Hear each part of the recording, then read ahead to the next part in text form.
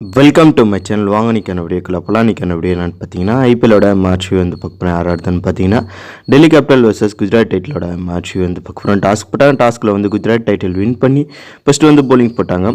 First Delhi capital அடிச்சிருன்னு பார்த்தீங்கன்னா 199 run அடிச்சிருந்தாங்க. 3 wicket போயிட்டு 20 ஓவர் வரைக்கும் ஆடினாங்க. குஜராத் டைட்டில் பார்த்தீங்கன்னா 205 ரன் அடிச்சிருந்தாங்க. 19 ஓவர் வரைக்கும் ஆடினாங்க. அதுக்கு இல்லாமல் 10 விக்கெட் வித்தியாசத்தில் 6 பந்து வித்தியாசத்தில் இந்த மேட்சை வந்து குஜராத் டைட்டில் வந்து வின் பண்ணியிருக்கிறாங்க. பேட்டிங் மற்றும் போலிங் பர்ஃபார்மன்ஸ் வந்து பார்க்க போகிறோம்.